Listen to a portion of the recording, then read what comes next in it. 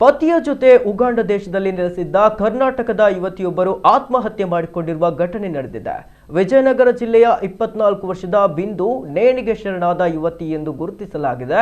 ಪತಿ ಚಂದ್ರಶೇಖರ್ ಜೊತೆ ಮೃತ ಬಿಂದು ಉಗಾಂಡ ದೇಶದಲ್ಲಿ ನೆಲೆಸಿದ್ರು. ಆತ್ಮಹತ್ಯೆಗೆ ನಿಖರ ಕಾರಣ ತಿಳಿದು ಬಂದಿಲ್ಲ. ಮೃತ ಬಿಂದು ಪಾರ್ಥಿವ ಶರೀರ ಬೆಂಗಳೂರಿಗೆ ತಲುಪಿದೆ.